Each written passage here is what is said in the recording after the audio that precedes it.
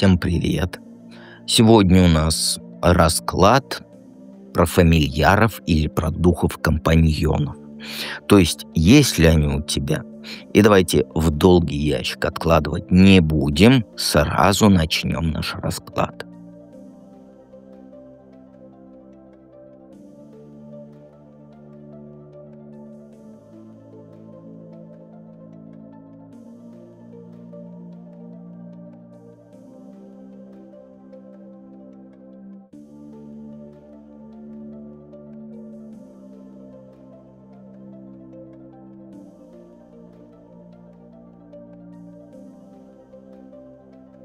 Единички. Как всегда передо мной бумажка с вопросами, вопроса 3. И первый, есть ли у тебя вот этот скрытый спутник в мире духов? И у тебя, понятно, да, целая банда прям. Но это не вот эти вот, как сказать, пушистые феечки из сказок, да? Это вот прям жесткие парни, которые прицепились к тебе через твои же, как говорится, косяки и слабости. У тебя спутник есть, но он питается твоими страхами, твоими зависимостями, твоими вот этими внутренними демонами. Это, знаешь, это как токсичный дух, который всегда рядом, когда тебе плохо.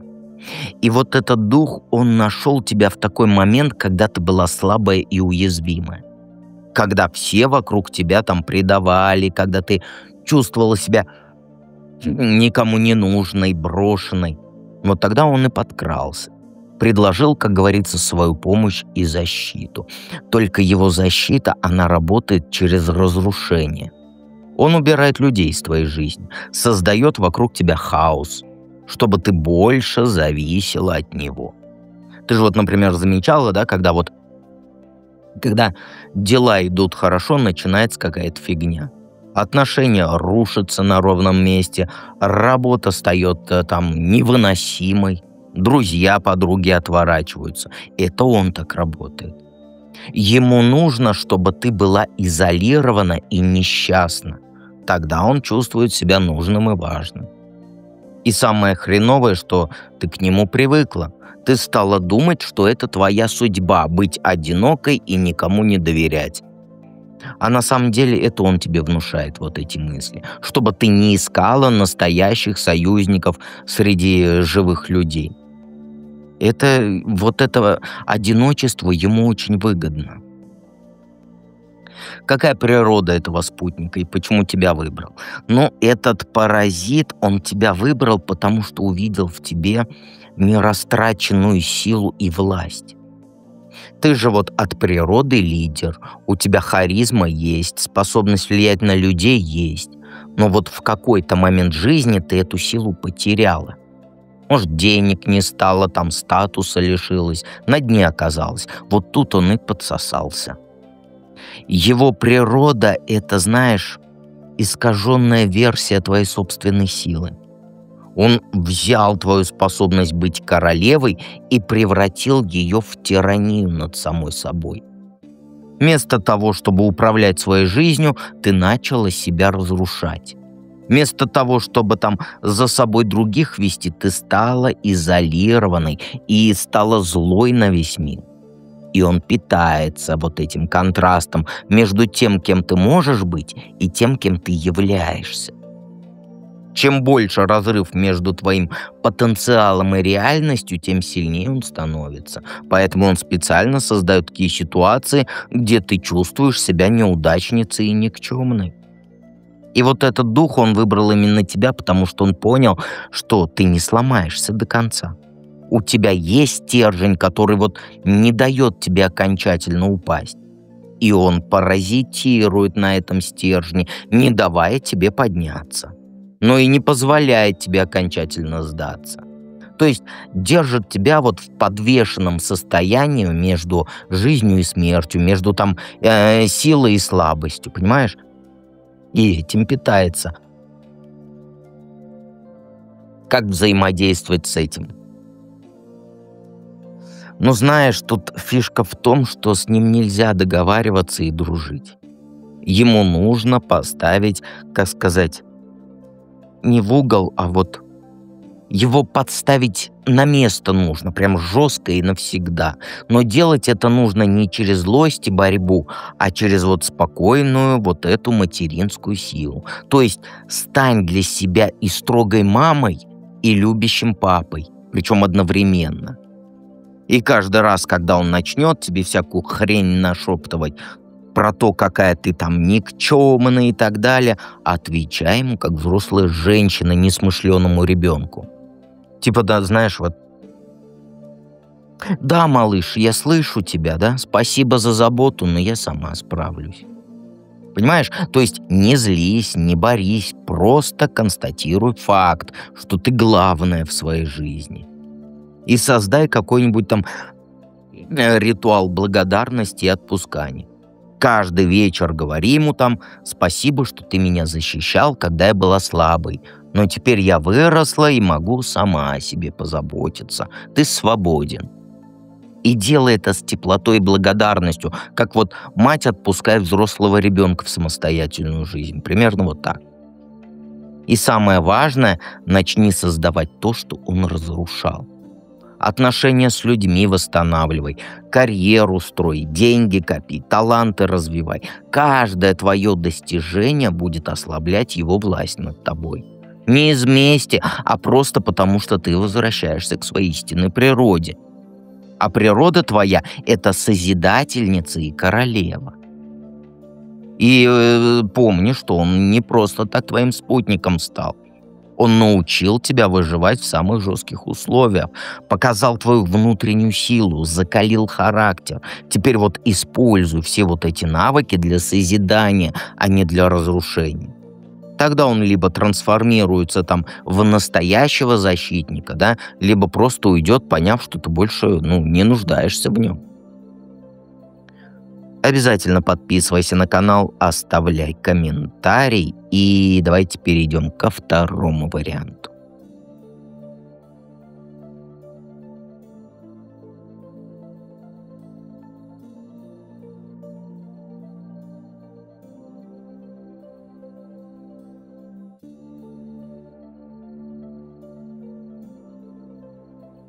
Двоечка. Как всегда, передо мной бумажка с вопросами. Вопроса 3. И первый: есть ли у тебя скрытый спутник в мире духов? Есть.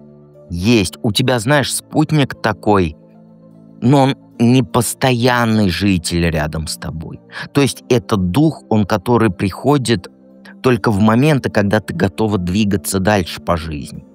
Он чувствует, когда ты наелась какой-нибудь там ситуации по жизни, да, до отвала, и готова бросить ее, вот тогда он появляется. Вот, например, ты же замечала такое вот, когда работа надоедает, отношения, там, место жительства, при этом начинают происходить вот странные совпадения. Там встречи, возможности и так далее. Это он так делает. Он не сидит рядом с тобой постоянно и не шепчет тебе там на ухо какие советы. Он, знаешь, он приходит как вот ангел перемен. Когда твоя душа созрела для нового этапа, для новой ступеньки в твоей жизни. И самое прикольное, он появляется именно тогда, когда ты думаешь, что застряла намертво. Например, там сидишь, страдаешь, думаешь, там все, приехали, дальше некуда, да? Тупик. И тут раз, дверца открывается оттуда, откуда и не ждали. Там новая страна, новая профессия, новый человек и так далее. И все происходит настолько естественно, что даже ты не сразу понимаешь, что это была его работа. И знаешь, вот этот дух, он не привязан к тебе там кармически или по наследству. Нет, он выбирает людей, которые не боятся кардинальных перемен. У тебя качество есть редкое, это вот умение отпускать то, что вот отжило свое. Понимаешь? Большинство людей же как? Цепляются за привычное до последнего, да? А ты способна там развернуться на 180 градусов и пойти в другую сторону, если чувствуешь, что там твой путь. Какова природа этого спутника и почему тебя выбрал? Ну, знаешь, твой спутник — это дух женщины, которая при жизни была мудрой этой наставницей, но жила в полном одиночестве. Она людям помогала найти свой путь, но сама она никогда не строила там семью, не привязывалась к одному месту. Вся ее жизнь, она посвящена была поиску там истины, помощи заблудшим душам, понимаешь? И она тебя выбрала, потому что она узнала в тебе родственную душу. То есть ты тоже из тех, кто может дать мудрый совет другим, да, в трудный момент поддержать. Но вот с собственными проблемами ты предпочитаешь сама разбираться. И у тебя есть вот эта особенность чувствовать людей очень глубоко, мотивы их понимать, страхи, но при этом держать дистанцию. И знаешь, вот эта женщина, она видит, что ты повторяешь ее путь, да, помогаешь всем вокруг, но ты забываешь о собственном счастье. И вот она к тебе пришла не для того, чтобы ты стала такой же одинокой, да, как была она, а наоборот. Она хочет, чтобы ты нашла баланс между мудростью и женским счастьем. Знаешь, вот в прошлой жизни она выбор сделала в пользу служения людям, отказавшись от своей собственной личной жизни. И сейчас она понимает, что это ошибка была. И вот через тебя как раз она хочет исправить вот этот косяк. Показать, что можно быть и мудрой наставницей, и счастливой женщиной в одно время. Понимаешь? Ее миссия — не дать тебе еешние ошибки повторить. Как взаимодействовать, чтобы получить помощь? Ну, знаешь, взаимодействие с ней должно быть вот основано на честности и справедливом обмене. То есть она не любит, когда люди только просят помощи, ну, ничего взамен не давая. И каждый раз, когда обращаешься к ней за советом, предлагаешь что-то в ответ. Например, там, помоги кому-то другому, да, сделай доброе дело. И там, как сказать, в ответ что-то нужно. Пусть знаниями поделится. То есть, сейчас по-другому объясню. Вот смотри, самый лучший способ — это вот там, ведение дневника честных мыслей. Вот, например, каждый вечер записывай не события дня, а свои настоящие чувства и мысли. Без прикрас, без попыток выглядеть лучше. Именно через вот эту искренность она будет с тобой общаться. А на следующий день внимательно смотри на знаки вокруг, потому что они будут ответами на твои вопросы. Понимаешь? Очень важно себе не ври никогда в присутствии вот этого духа. Она фальшь чувствует за прям миллиарды километров. И просто уходит, если понимает, что ты роль играешь. Вот эту роль «я самодостаточная» и вот эти все вот эти маски. Хочешь ее помощи — будь настоящей. Признавайся себе там в страхах, в глупых поступках, в слабости, что ты была где-то не права. Вот эта честность, она откроет вот этот канал связи. Понимаешь? И еще она обожает, когда ты делишься своей мудростью там с другими женщинами, там, с подругами, с коллегами и так далее. Стань для кого-то той подругой, которая была вот как вот она была для своих вот этих, кто рядом с ней жил. То есть каждый раз, когда другой женщине помогаешь разобраться в ее жизни, твоя связь с этим духом наставницы, она укрепляется. Понимаешь?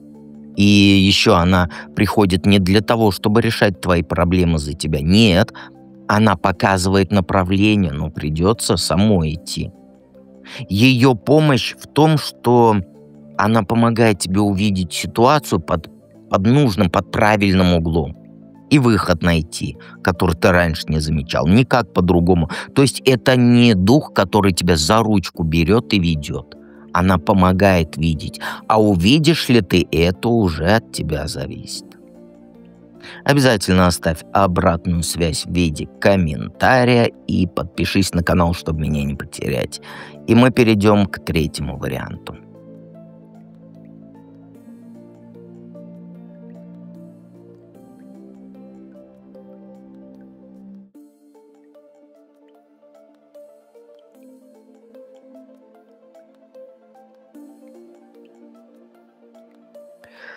Троечки.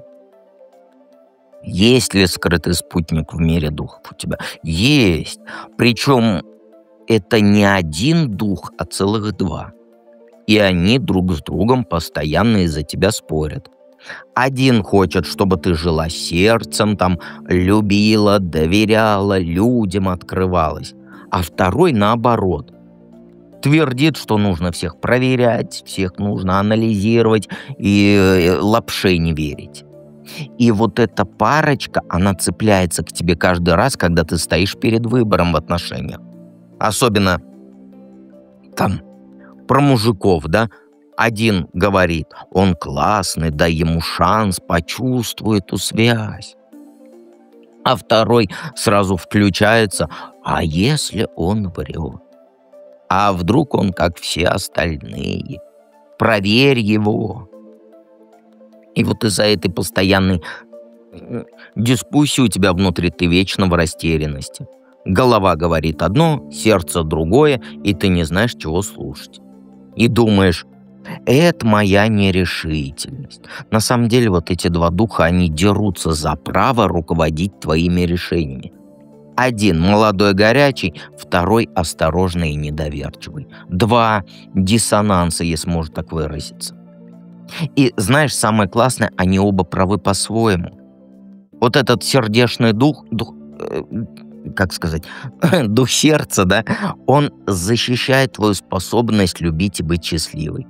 А вот этот дух мозга, дух аналитик, да, он уберегает тебя от токсичных отношений, от вот этих всяких мудаков. Только вот действуют они не слаженно, а каждый вот как сам по себе. Поэтому ты мечешься всегда между крайностями. Какова природа их и почему тебя выбрали?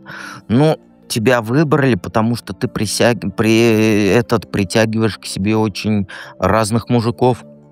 У тебя качество редко есть, что ты можешь быть и нежной романтичной девочкой, и вот сильной независимой женщиной. Вот духи решили тебя опекать, каждый со своей стороны. Потому что у тебя биполярочка, да, как говорится, и у них биполярочка. У них не биполярочку, они два разных.